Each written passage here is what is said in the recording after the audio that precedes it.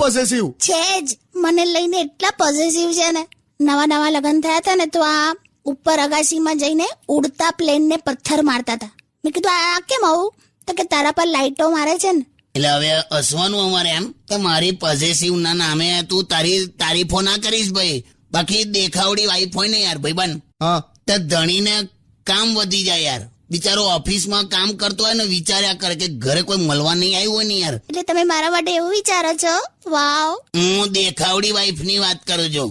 તારું મોડું તો પેલું દરવાજામાં હોંગરી આવી જાય તો ખબર પછી કેવું થઈ જાય આમ કેવું?